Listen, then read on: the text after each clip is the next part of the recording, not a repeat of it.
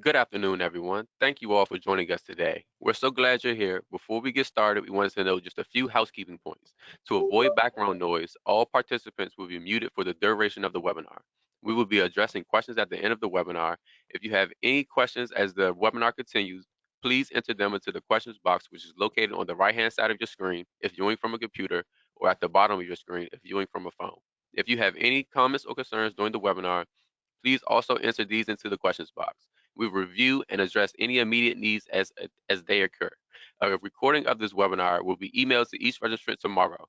The recording will also be available on our website at www.namimd.org for any individuals that were unable to register. After the webinar today, you will be asked to complete a short survey on the aspects of this webinar that you felt were helpful, could be improved, and what you would like to see in future webinars. We plan to continue hosting educational webinars, and we ask that you please fill out this survey to let us know how NAMI Maryland can best support you during this time. I'll now hand it over to our moderator, Linda Weinberg. Thanks, Marquis. Hello, everyone, and thank you for joining us. I'm Linda Weinberg, a board member with NAMI Maryland, and I will be the moderator for today's webinar. We're pleased that you've joined us today for this very important topic. As you know, the COVID-19 pandemic has certainly taken its toll on many who have lost friends, family members, and coworkers. Many of us are grieving the loss of normalcy and familiarity. But today, you're here to learn specifically about skills that apply to families with substance-involved youth, as well as anyone raising an adolescent. NAMI Maryland supports you in the hard work you do, and we want you to benefit from your time with us this afternoon. So today we'll be hosting Melissa Ambrose, and joining her is Dawn Trumbull, who will be introduced later by Melissa. This webinar will orient viewers to ParentCraft, which is a self-paced online video course that teaches parents, caregivers, and concerned others solution-focused practical skills and techniques needed to meet the risks of substance abuse. Highly engaging online video segments include structured suggestions for practicing skills that are not only applicable to families with substance-involved youth, but also relevant to anyone raising an adolescent. Focus areas include effective communication, positive reinforcement, natural consequences, and strategies to support youth accepting treatment. We're not providing CEUs today for this webinar, but a certificate of attendance will be sent to each registered participant tomorrow afternoon. And now let me introduce Melissa Grady Ambrose, a licensed clinical social worker who received her MSW from Virginia Commonwealth University and has over 20 years of direct clinical and supervisory experience working with children and families. For 14 years, Ms. Ambrose provided school-based mental health services through the University of Maryland's School Mental Health Program, working with students in grades K through 12. She specialized in working with high-risk youth, including youth with substance use concerns. Melissa currently serves as the training director for substance use initiatives at the NCSMH and oversees the Maryland Family and Youth Interventions for Substance Use, also called the Maryland FYI Project. She is the Maryland State Trainer for the Adolescent Community Reinforcement Approach, an evidence-based program to treat adolescent substance use, as well as a trainer for screening, brief intervention, and referral to treatment. Thanks for joining us today, Melissa. Thank you. Thank you so much for having me. We've been very excited to join NAMI as we have partnered with them this past year as part of the grant that we have been so generously awarded through the Behavioral Health Administration. We are coming out of the National Center for School Mental Health at the University of Maryland, Baltimore. Danielle, next slide. Where our mission is to help facilitate improve mental health and learning and promote success for all America's youth. And through our connections with the National Center, through our work with the National Center, Danielle, next slide. We have been, as far as connecting with us at the National Center, it's a wealth of information and resources related to school mental health and adolescent mental health and how to support families. You can visit us, you can email us to get on our listserv, visit our website, or visit our social media.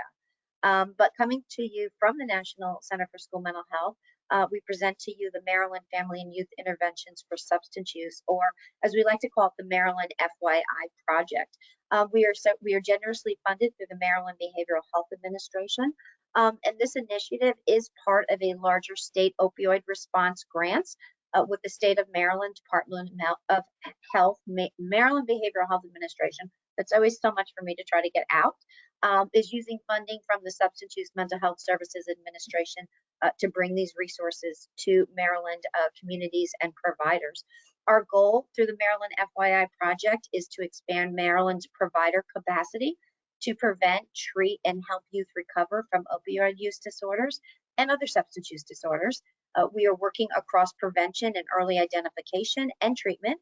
We offer training at no cost to school and community health, mental health, and substance use providers, and we provide substance use information, support, and resources to families. Next slide.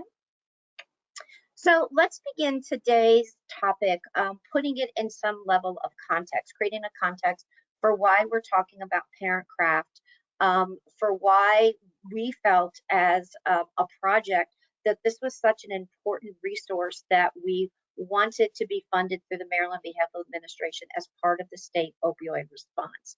So in terms of adolescent substance use, let's just talk briefly about rates, pre-pandemic rates. Prior to the pandemic, we did see that what research was showing us was that approximately 15% of adolescents were experiencing some level of impairment, or if functioning was impeded because of their alcohol use, and about 16% was experiencing some impairment of functioning related to other substance use. As far as substance use disorders, we estimate that it's about 3 to 5% of youth that actually have a full-blown substance use disorder. And going back several years ago, again, pre-pandemic, as far as rates in Maryland, we did see that approximately 53% of Maryland students reported some form of substance use. That could have been experimental to, substance use disorder, but 53% of Maryland high school students did report some level of substance use. Again, why are we concerned about adolescent substance use? Well, there's a variety of reasons. First and foremost, there's potentially devastating consequences for adolescent youth related to their development, their physical, their mental development. We know that the earlier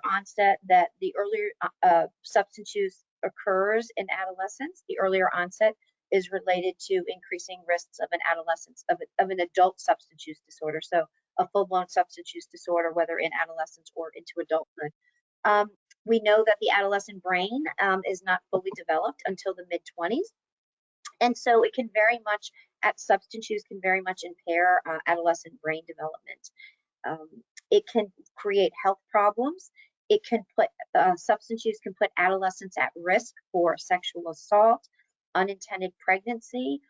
Sometimes substance use is related to criminal involvement. It can also result in school or vocational failures and other problems with their functioning that we're going to talk about in the next slide.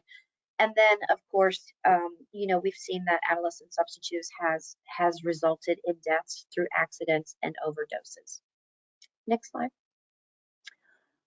According to the National Institute of Drug Abuse, they have really come down hard with the message that they believe that any adolescent that is having that is engaging in substance use, that is impairing some form of their functioning, that they receive treatment. So you don't need to wait.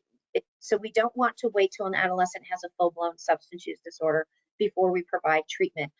It's very important that if it's impairing any level of their functioning, any area of functioning that they receive treatment. And so what does that mean? It's impairing their functioning. What level of functioning? What am I talking about? So to put that in more user-friendly terms, is there substance use, alcohol, marijuana, or other types of substance use? Is there substance use causing some problems in their life? Is it resulting in in poor school performance?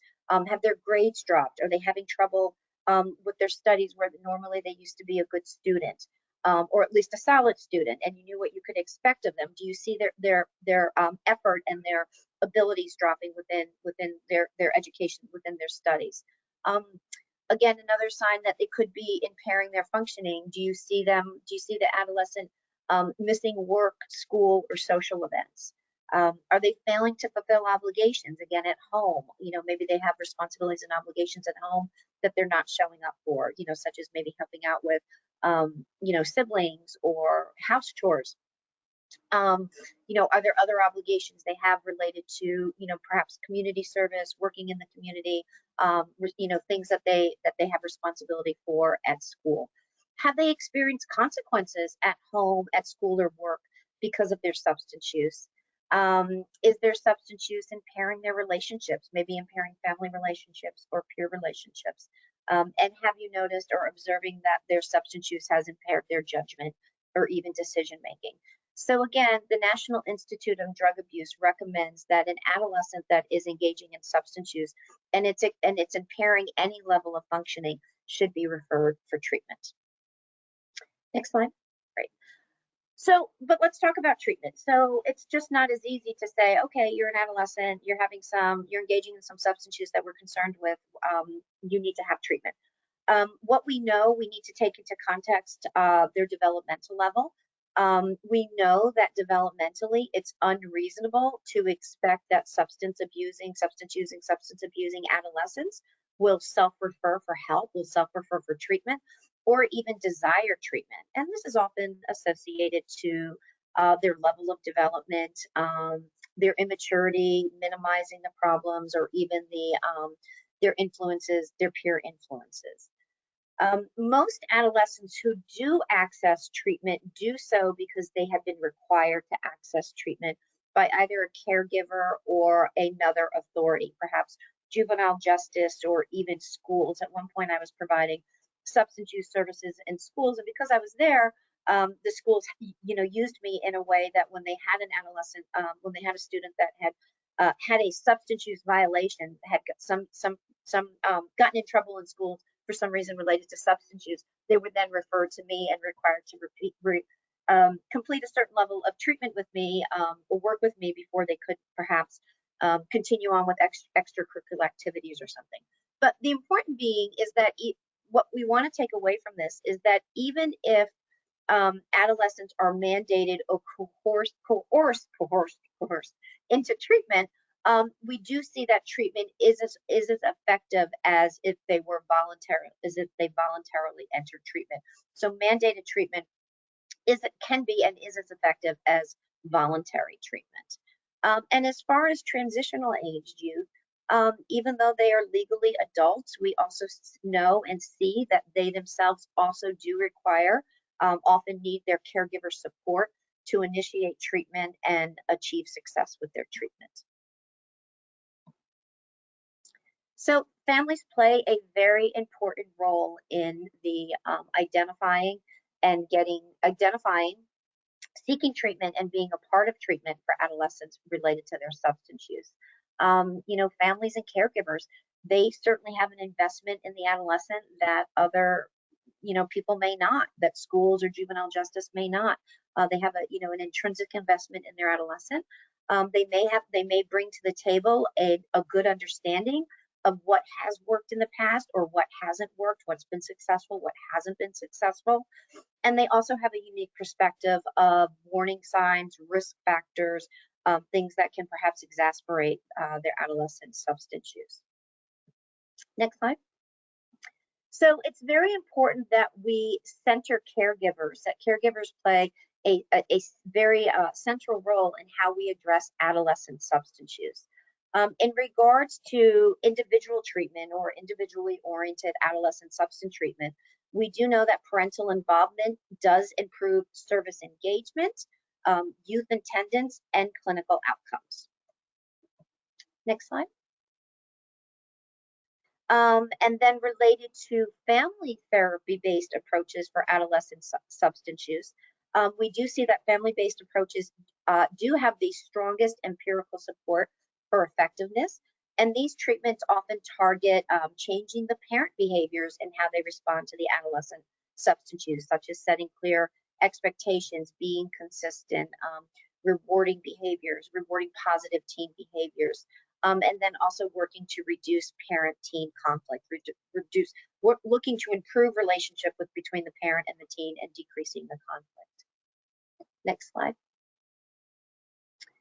And then in regards to cultural responsiveness, the other thing that we see in regards to caregiver involvement is that in regards to BIPOC youth, caregiver involvement may be particularly important.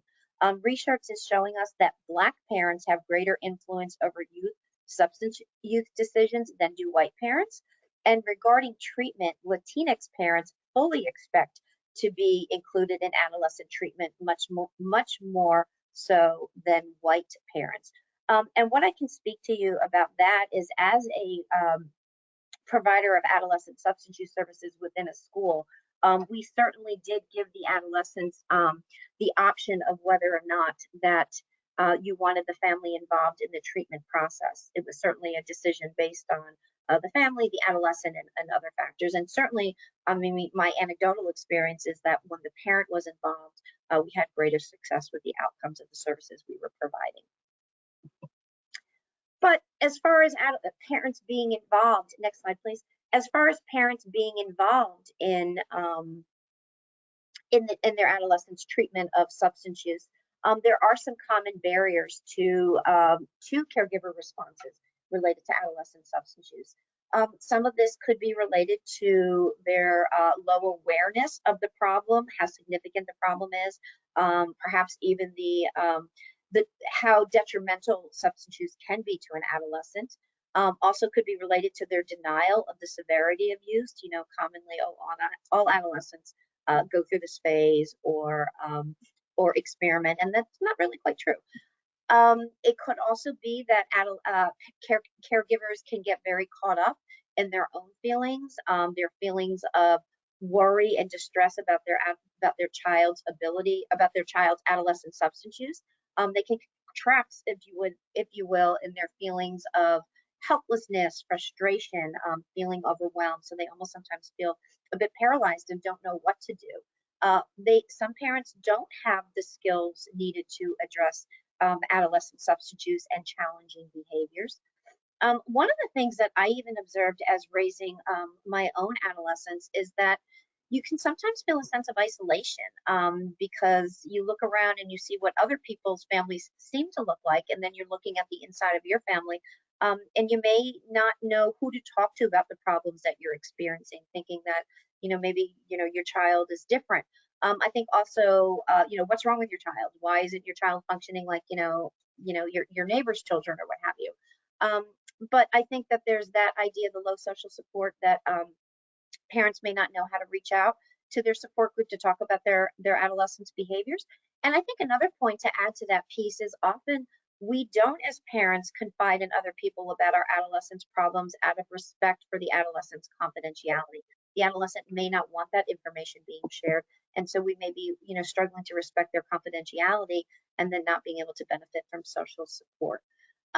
Also, we know that there are competing concerns, responsibilities, stressors that can interfere with a parent being able to attend to their adolescents' substance use behaviors or problems. And then finally, just there can be difficulty accessing services, finding treatment, and of course, even avoiding treatment. There's not many services that are freely available to anybody seeking them regarding adolescent substance use. Next slide. So with that being said, in the context of the prevalence of adolescent substance use and the importance of having family members involved, I bring to you today the Community Reinforcement Approach and Family Training, or CRAFT. And CRAFT is an evidence-based intervention designed to help concerned significant others engage their treatment refusing, substance using family member, friend, what have you, into treatment. And it's a way that it's been developed to help concerned significant others with very supportive techniques to help encourage their loved ones to begin and continue treatment. So CRAFT was developed with the belief that since family members can and really do make a contribution in areas of addiction treatment, concerned significant others can play a very powerful role in helping to engage the substance user who is in denial or resistant to submitting to treatment. And again, it's talking about the importance of the family. It's often the substance abusing the substance. It's often the substance.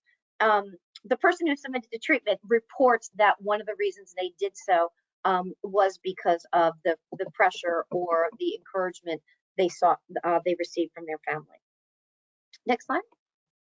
So CRAFT is a motivational model of family therapy that is based on positive reinforcement and really works to help families and friends of treatment refusing individuals who have a substance use disorder.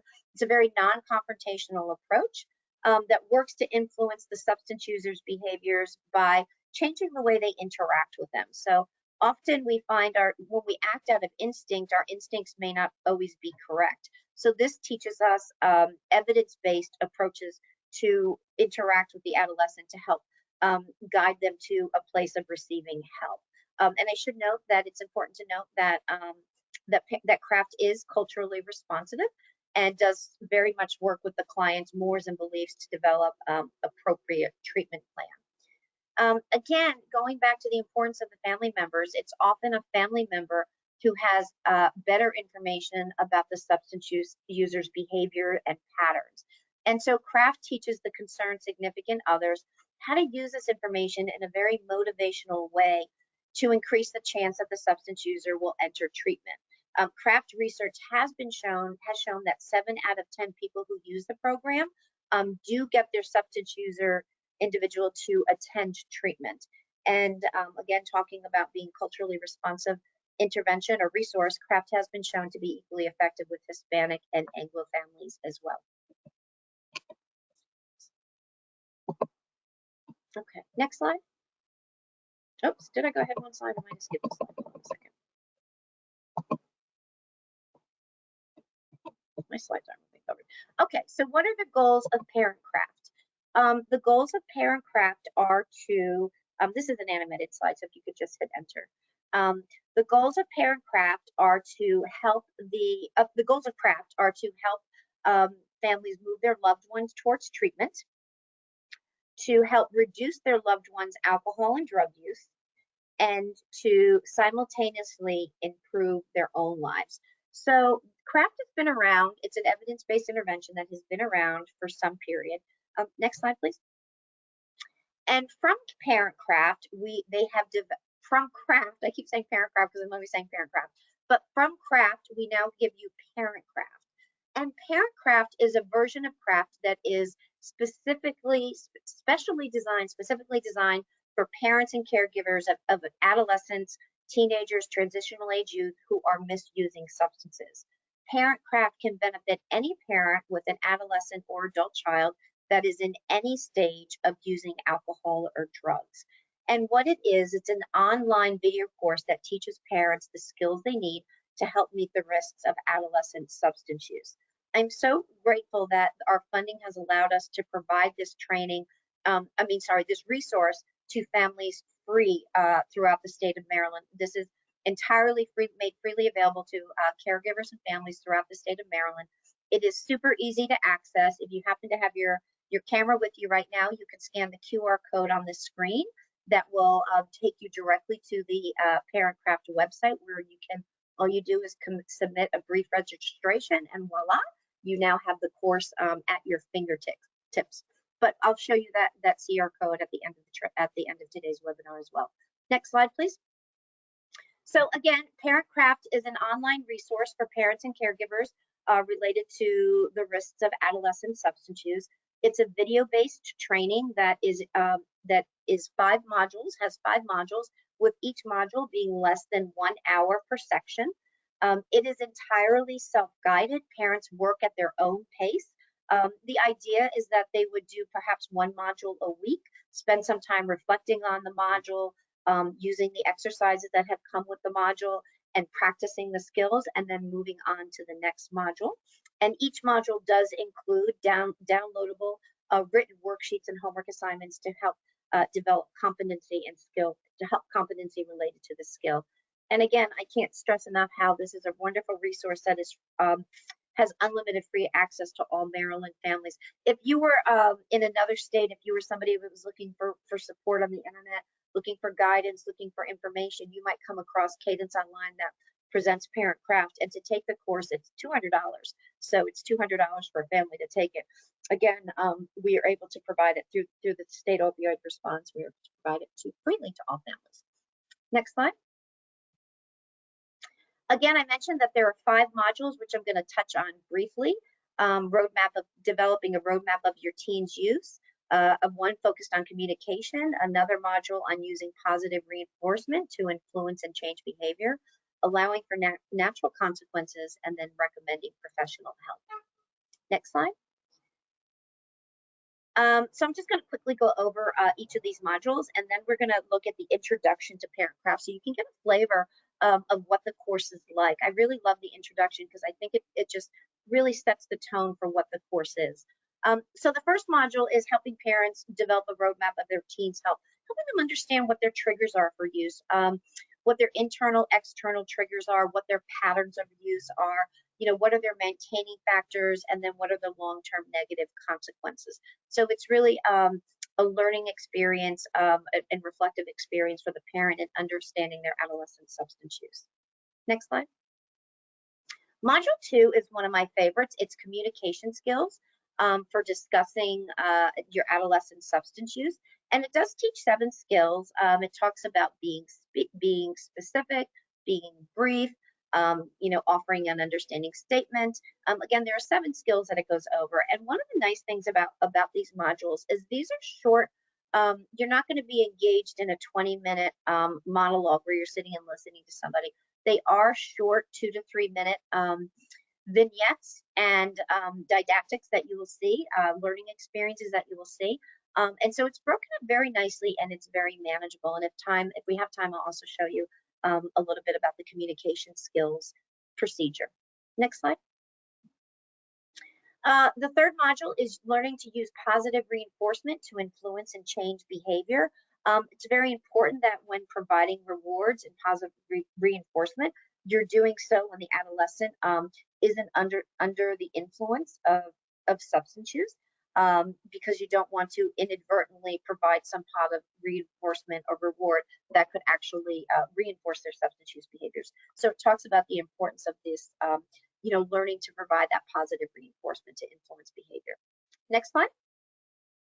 Module 4 is allowing for natural consequences to unfold. So there are 2 types of consequences. There are the consequences that we give our children, and then there are natural consequences that happen because of children's actions that are outside of our control. So it could be the consequences that they experience at school when they misbehave or they break the rules, or it could be, because they went to perhaps they play an extracurricular sport and they showed up at a practice and they were hungover and not doing well, and their practice, they really didn't have a good practice.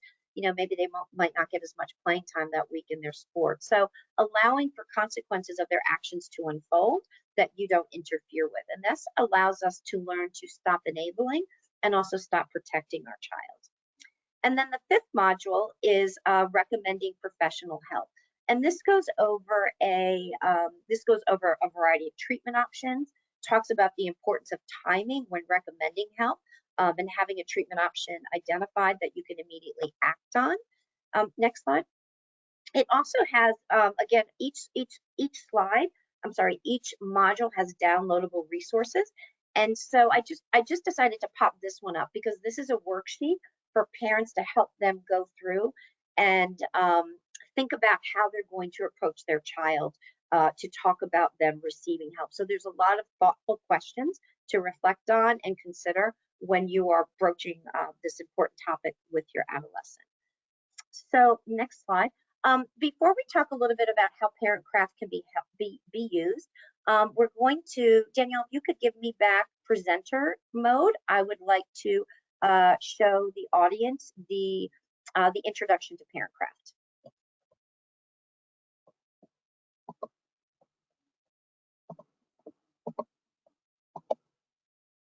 Okay, can we see that? Danielle, can I get a heads up? Do we see this? Yep, I can see it. Perfect. Okay. Oops. Oh, I lost it. Hold on. Uh-oh, what happened? Okay, can we see it now? Yep. Okay, perfect. Okay.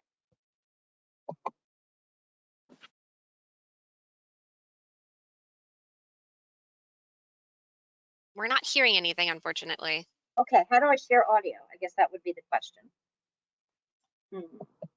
That could be part of the problem.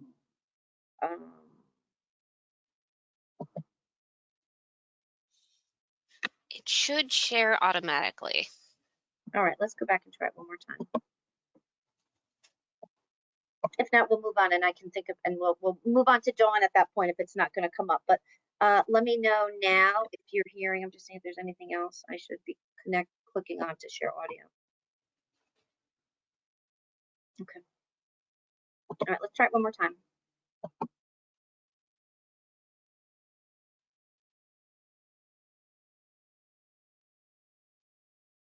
No, I'm not hearing anything. Marquise? Okay. All right. I can't hear anything either. Okay. Let me then, perhaps we can come back and if I can figure out how to share our audio. Let me now turn it over to, let me now introduce you to our, oh, no, I don't want to leave this webinar. Let me introduce you now to our parent that is joining us today on this webinar. I'd like to introduce you to Dawn, who is a parent with lived experience and currently facilitates a family support group related to mental health with adolescents and transitional age youth. She facilitates this group for NAMI, and Dawn has taken the Parent Craft course. And so I'd love to hear a little bit from Dawn about her experience and then her thoughts on Parent Craft. Dawn, you need to unmute yourself. Okay. Hi. Thank you. I have a 25-year-old son. I'm just going to give you a little background on him so you understand why I went through this craft program. Even though he's 25, he did start using marijuana actually in like the 6th grade. It escalated to pills and cocaine. And in high school, I later found out that he was actually selling drugs. Later on into his 20s, he started drinking. So right now he is a recovering addict and alcoholic, and he's struggling with the alcoholism right now. But he also has co-occurring issues going on, which are generalized anxiety, OCD, depression. He's had bouts of major depression as well as having psychotic episodes. And I don't think I got to go over this with you before, Melissa, but he also has mild cerebral palsy and dystonia, which is a movement disorder. So that's kind of him in a nutshell. I really wish that this craft program would have been available 10 years ago when I had started this journey with him, or even just a little over 10 years ago. Because what I have found, and I'm actually using it now, I'm trying to put it into practice in my conversations with him, to do with his mental illness and him struggling with addiction. I think the biggest thing that I've gotten out of this program is that it causes you to remain calm, because you're constantly thinking about what your next move is and what your next statement to them is going to be. And you have to be calm to do that. And that is the biggest thing, I think, in when you're interacting with them on these topics, because it's not easy things to talk about. Dawn, I think what you're saying is you want to be proactive as opposed, it switches you from being reactive to being proactive. Yes, it does, for sure. And that's one of the biggest things that I have found with him, is that if I can come at him with, if I tell him, okay, I understand that you're upset or you're feeling this way and it makes you want to drink, and I can understand that, but that's not the answer, because all your problems are going to be there when you're not under the influence. So let's figure it out. And I try to help him as best I can with that. The craft, and the other part of this program is that when you guys if you decide to go through it, and I would encourage it, because you get to see these conversations play out. And while it might not be the exact conversation that you would have with your child, you can pretty much guesstimate how it would go. The worksheets, I think, are invaluable. So I would really encourage you to take the time to go through and to do that work, because it forces you to be honest with yourself. And my son started with his drug and alcohol use at an early age. But even now, while he's at 25, I was going through some of these, and I realized just how much I was enabling him that I didn't see before. So, and they have to learn, they have to fall. They have to bump their head sometimes to feel it. But the program is, it really, it's very helpful. Like I said, I wish I had this tool in my own toolbox, over a decade ago. Just to kind of go back on what you said. So your son started when he was in 6th grade. He's now 5. You have been, up front and center with him in his treatment, receiving, treatment for yourself, family treatment. And you're saying even after over a decade of being involved with treatment, it was good for you to re-experience this. It's almost like it kind of recentered you a little bit on where you need to be and what you need to do. So kind of highlighting what we said, it's great for anybody, parent, whether adult or whether they have an adolescent or adult, in any space of the substance using process, correct? Yes, I think for substance use, and as well as even with mental health, because they still get triggered and there's still that reactive, tendency. I can't tell you how many times I have gone down his rabbit hole with him, and I've just been left feeling like I didn't really help him, and all I did was spin him out.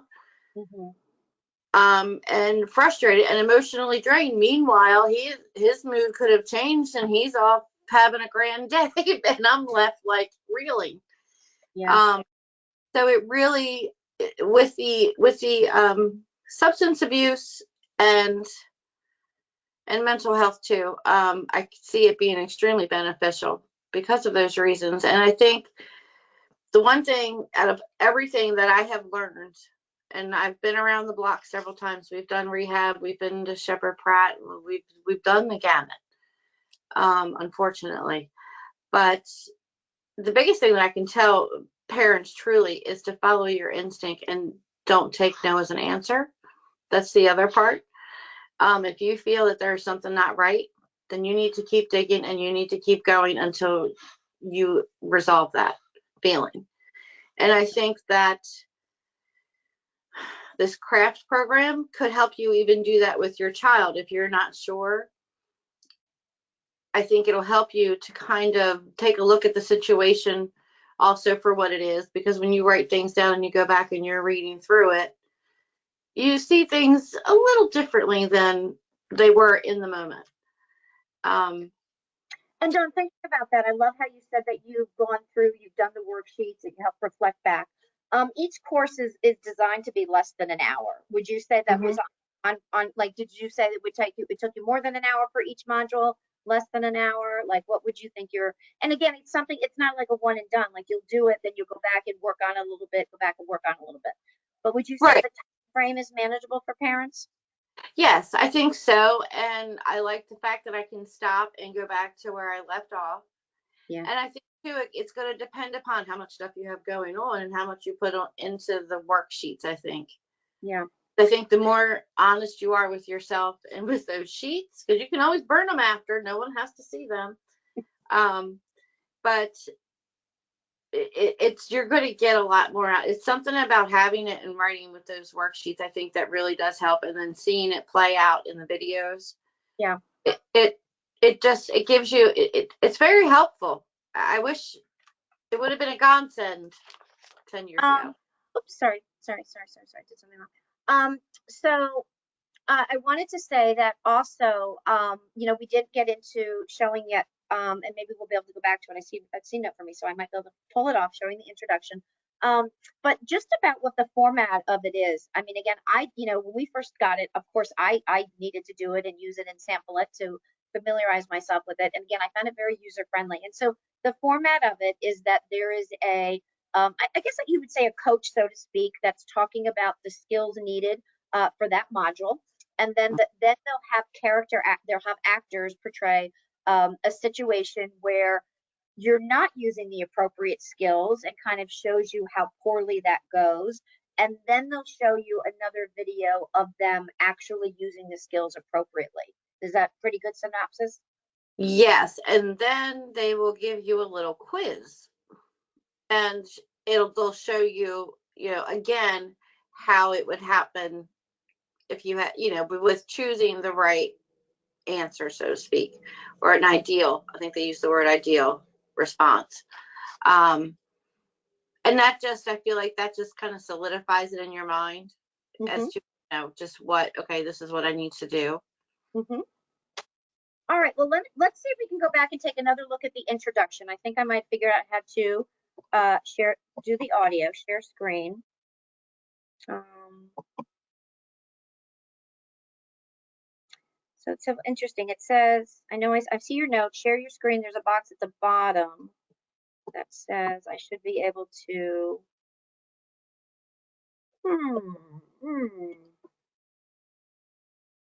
Should be on your presenter toolbar too on the side, where it's got the sharing and then it's got settings.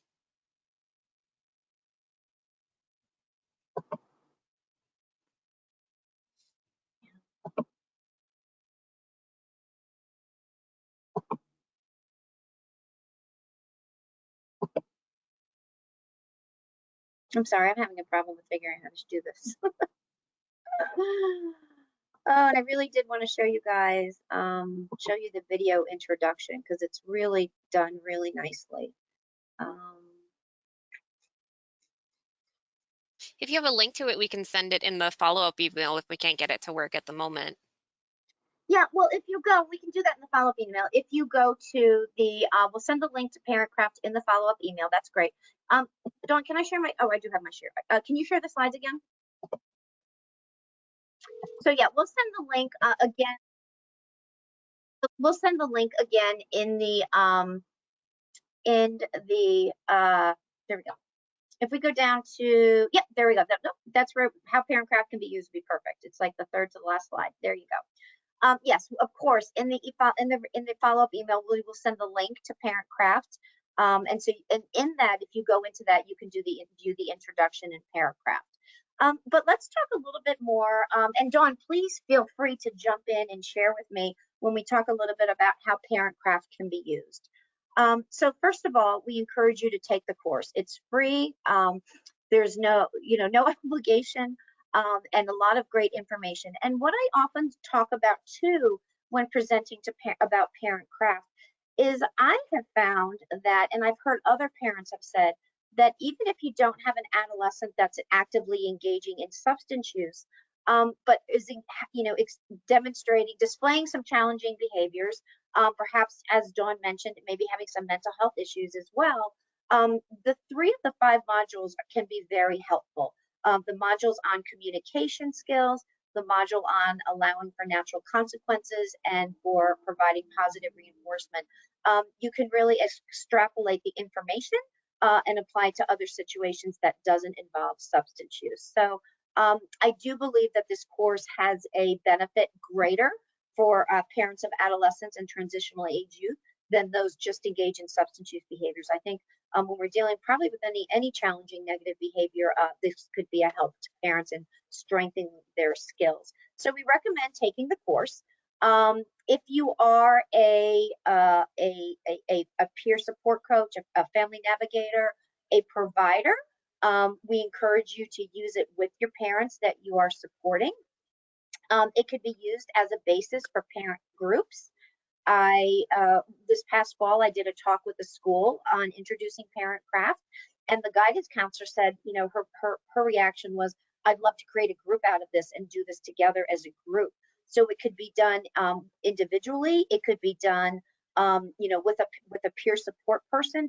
That could be done together to help, you know, talk about process, practice the skills, and it could be also used as a basis for parent groups.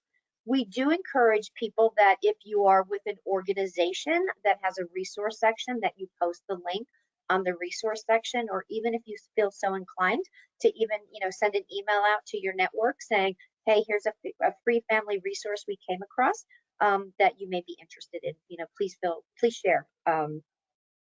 Also, again, we talked about using it with any of if you are working with adolescents or transitional age youth that are substance using, sharing it with their parents or family members of those youth, of your clients. It could be, again, you could do it together. It could be something that could be assigned as therapeutic homework that they do on their own, and then you process together in following sessions. And as Dawn said, the worksheets are really invaluable. So really taking advantage of the worksheets that are developed for each module. Dawn, would you have anything else to add about how parent craft can be used?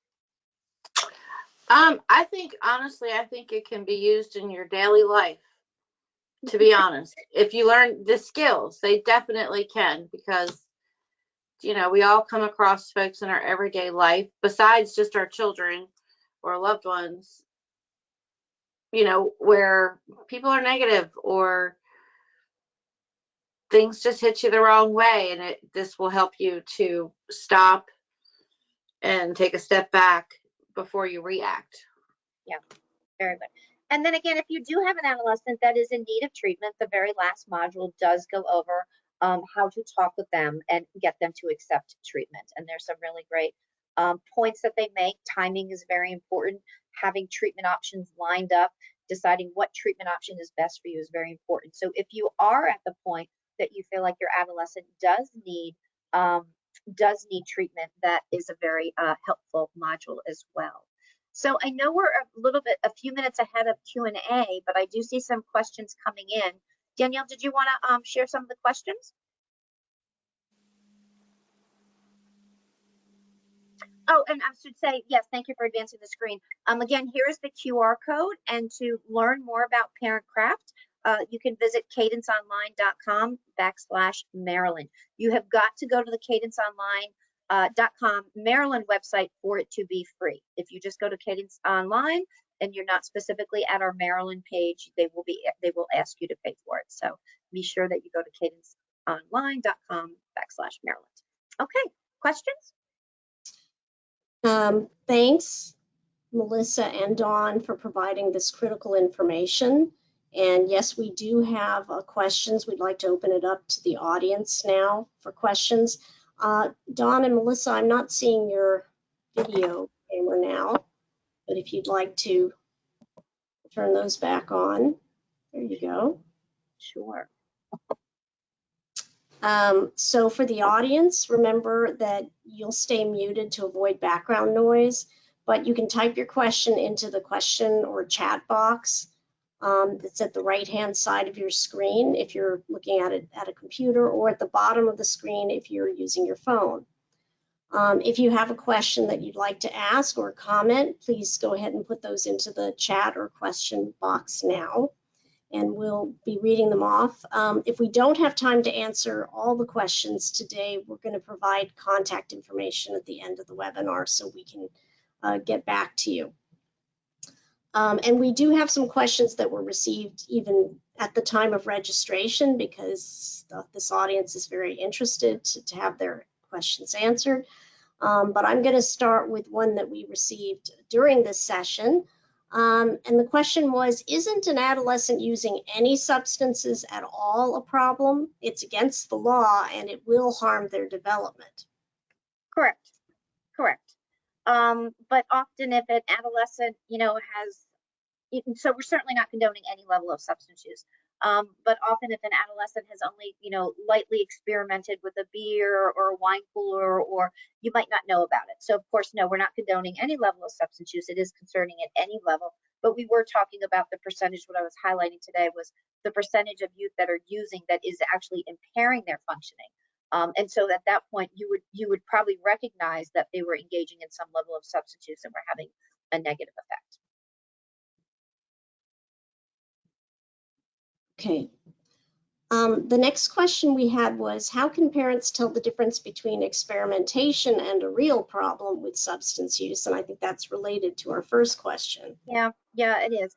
I mean, again, of course, we're not going to condone adolescent substance use at any level, but in some ways, what parents do about it is their personal choice, how they respond to it. Some parents are of the mindset that if they are occasionally using responsibly and it's not interfering, they don't feel the need possibly to intervene. There are other parents that have a zero tolerance policy. So again, that's going to be a parental decision on how they respond. I'm sorry, can you read that part of the question again? Because I just lost exactly what I wanted to say. Sure. It's how can parents tell the difference between experimentation and a real problem with substance use? So I think it goes back to what we were talking about if their use seems to be impeding or impairing any part of their functioning. So do you see negative changes related to maybe their level of responsibility, their obligations? So if you start seeing some changes that are concerning, and go back to what Dawn says, if you suspect that substance use is a problem, don't give up with just a no, mom, it's not a problem, or no, I'm not engaging. I mean, do your homework. Go through their bedroom and toss it. Yeah.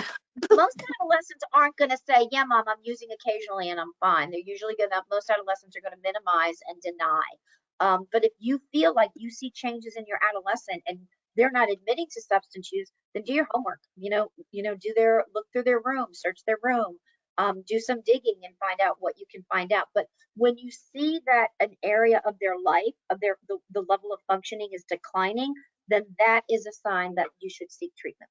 And that's exactly what the National Institute of Drug is saying, that let's not wait for a substance use disorder. If you see that they're having some level of functioning, that it's impairing their functioning at some level, then you need to seek treatment. So a related question, how do you know when an adolescent is using substances? And Dawn, you just mentioned, if you suspect it going through their room. And Melissa, you talked about changes in their functioning. Anything else that you would suggest is and I'm going to say the reality is you may not. I mean, there are some adolescents that are, pretty crafty. And then there are other adolescents that, will leave you a trail of clues a string of clues along the way that to say. So unfortunately, I always speak the truth. I'm pretty a reality-based person. Honestly, you may not know. And that's why I think as a parent, we need to not only just say, oh, I didn't see it, but actually be vigilant to kind of have your eyes wide open and looking through. I think that, that looking to see, examining, are they using? I don't think they're using, but are they using? You know what I mean? And so again, doing some research, checking it out. Most kids are going to minimize and denial to parents because they know that they're not supposed to be engaged in use. Very true. What about the Maryland education system and local school systems? Are they providing any kinds of specific programs or resources on substance abuse in the schools? So again, that is going to be specific to districts and even specific to school sites. Schools have a lot of responsibilities, and especially coming through this pandemic, they have a lot of competing priorities related to the adolescents. And first and foremost, their mission is to educate our children. They're not substance use services centers. They're not mental health centers, although we are bringing those services to schools because we know that that's one of the best way to access students. But let's be honest, they may not have the resources to be able to bring in a substance use counselor or a mental health services counselor or therapist. So It's great. That's where communities really need to work together to try to create that funding, whether it goes through grants or, just looking at how they could make those opportunities possible. And so in the absence of knowing that, this is covered in districts, this is really why our project is here, to help train providers, school-based and community providers, in evidence-based interventions to prevent, identify, and intervene with adolescent substance use disorder. So I wish I could give you a good answer on what districts and Board of Eds are doing, but again, that's going to vary district to district. And even within districts, in Baltimore County, I was at one point providing substance use services at a school. Not every school had those substance use services, but I was on a grant that partnered with Dundalk that was able to provide those services. So again, it can vary district to district and even within the schools of the district. Another question, how do you know when it's the right time to have a productive communication? So I think that's a great question. And I would definitely then refer you to the communications module and then the module on accepting help, because it goes over those things. When I'm a trainer and a certified ACRA clinician, and that is an intervention to directly work with adolescents with substance use. And one of the things that we work on is strengthening communication skills. And what's so important when we talk about communication skills, it's not always yes, it's always how you communicate, but it's also what is also important is when you communicate. So looking for that opportune time, when would you have the child's full attention? When would you have your adolescent's full attention? When I'm working with adolescents, I say the same thing to them. If you want to have a conversation with your parent, pick your time. When your mom is rushing to get out of the house in the morning, to get to work and getting other kids out, that's not the time to go and say, hey, mom, I'd like to talk to you about something that's important and on my mind. You want to say, mom, I have something important to talk to you. When would be a good time? So I think parents need to do that on the flip side, reflecting about when would be a good time to talk to their adolescent. And if you go through that last module, it talks about those considerations. Dawn, any input there? Are you talking to me? Yeah. I didn't quite understand. Yeah, I would have to agree with that. You want to make sure you need to catch them when, one, they're in a good mood and they're not under the influence. And to make sure that you're not hitting them at a time when it could be triggering for something that they're, that's going on, because you're not going to get the result. And 9 times out of 10, they're going to deny.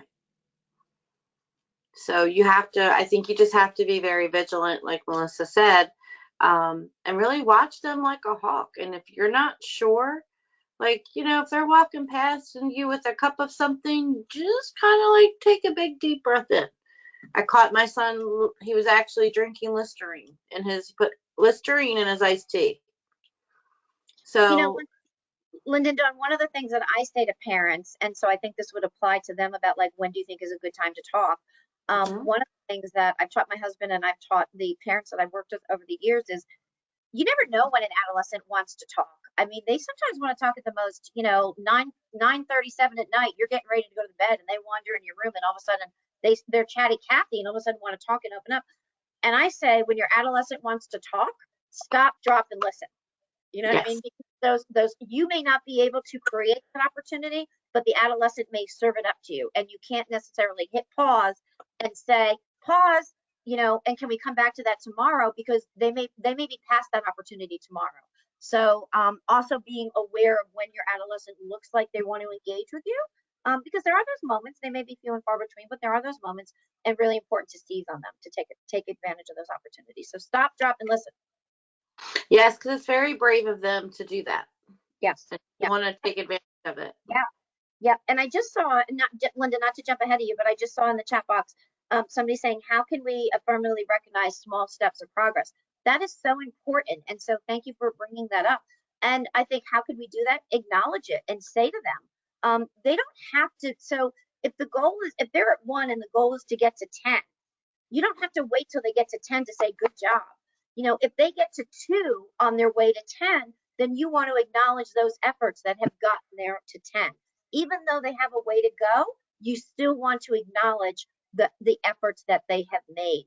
And we all like positive reinforcement. I mean, I think that's just natural. So whatever small steps you see, say, honor them, highlight them, honor them, let them know that you're aware, let them know that you are appreciative. I think that's all the time we have. Marquise? All right. Thank you, everyone, for joining us this afternoon. And thank you again to Melissa, Linda, and Don for volunteering your time this afternoon for this exceedingly useful discussion. As a reminder, this webinar has been recorded and will be emailed to registrants tomorrow. The webinar will also be uploaded to our website at www.namimd.org for any individuals who were unable to register for the webinar today. We hope that this webinar has been helpful for you this afternoon. At the end of the webinar today, you'll be asked to complete a short survey on the aspects of this webinar that you felt were helpful, could be improved, and what you would like to see in future webinars. We plan to continue hosting educational webinars, and this survey will help determine how NAMI Maryland can best support you during this time. We also would like to invite you to save the date for our virtual 40th annual conference scheduled for October 14th and 15th. This two-day robust conference will feature a multitude of topics, including practical information and resources for community health providers, employers, and/or individuals and their families coping with mental illness, resources and information about and for special populations including veterans, military, Black, Indigenous, and people of color, children, young adults, and other underserved populations, and so much more. Registration for NAMI members is as low as $15 for both days and opens this Friday. So be sure to join NAMI as a member now to take advantage of this significant discount. You can become a NAMI member now at www.nami.org/join. We also welcome the support of agencies, organizations, businesses, and individual donors as sponsors for this event. To learn more about sponsorship opportunities, contact Danielle at dfletcher@namimd.org. We wish you all a safe and healthy rest of your week, and please do not hesitate to reach out to us through our website or by phone at 410-884-8691 should you need additional resources or support. Have a great rest of your day. Thank you.